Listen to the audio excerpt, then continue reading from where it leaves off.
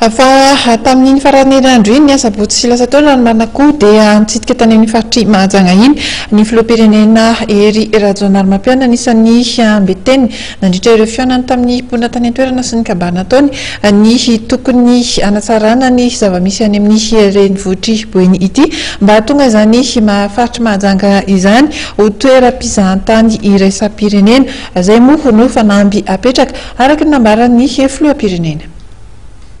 Ny ahatonga ny Mahajanga ho toeram-pizahantany iraisam-pirenena mifanambina apetraky ny filoham-pirenena Hery Rajaonarimampianina tamin'ny vahoaka ny Mahajanga ny sabotsy 30 aogositra lasa teo nandritra ny lanonam-panokafana ny hetsika ara-kolontsaina Soma Beach teny amin'ny village touristique.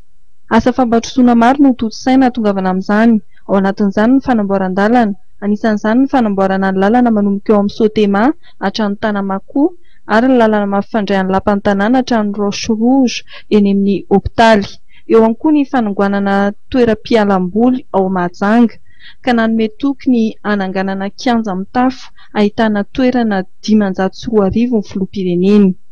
Takazao aloha dia tena everiko fa zava-dehibe satria ny fahampahafantarana ny zavatra misy eo amin'ilay faritra, ny eo amin'ny lafiny ara-toekarena, eo amin'ny lafiny tsinjara moa zany hoe ara-pambolena, ara-beompiana, ara-taozavatra dia zao no ampisehoany hoe be dia be ngia ny zavatra izay azo atao, azo atsaraina indrindraindrindra mba hampitomboana ny farim-piainan'ny vahoaka mpamokatra ny amin'ny faritra rehetra izay misy azy any.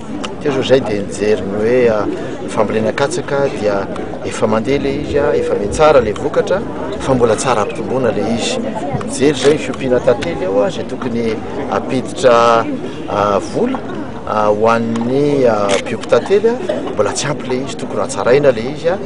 Zany no azahoantsika mandrafitra ilay politika any amin'ny faritra miainga avy any amin'ilay vahoaka hanatsarana ny farim-piainana. Ka dia miarahaba moa izay mpikarakara n'izao foara zao satria dia zava-dehibe ilay izy ary miainga amin'ilay ohatran'izao ihany koa no ahitana izay sy jerena izay lalam-barotra tokony hotrandrahana mba handefasana an'ireny vokatra ireny. Natomboka tamin'ny faran'erandro teo ihany koa ny fanadiovana ny tanàna Mahajanga amin'ny alalan'ny asa tana maro na ny mo. Olona 10 no hiasa amin'izany mandritra ny 30 andro, lakan-drano refy 420 kilometatra no dioviny. Nijery ihany koa ny lafin'ny toe-karena ny filoham-pirenena tamin'ny fandalovany tao Mahajanga.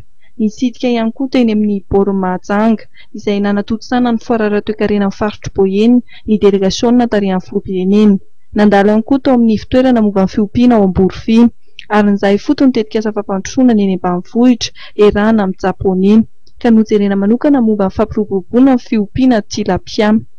Eo amin'ny lafiny sosialy dia nitsidika ny ivon-toerana fanomezan-drano amin'ny hopitaly Rova Mahajanga izay fandarana asa erana amin'ny fanjakana malagasy miaraka amin'ny bady ny filoham-pirenena mivady tamin'ny fandalovan'izy ireo tao Mahajanga ny faran'ny herinandro teo.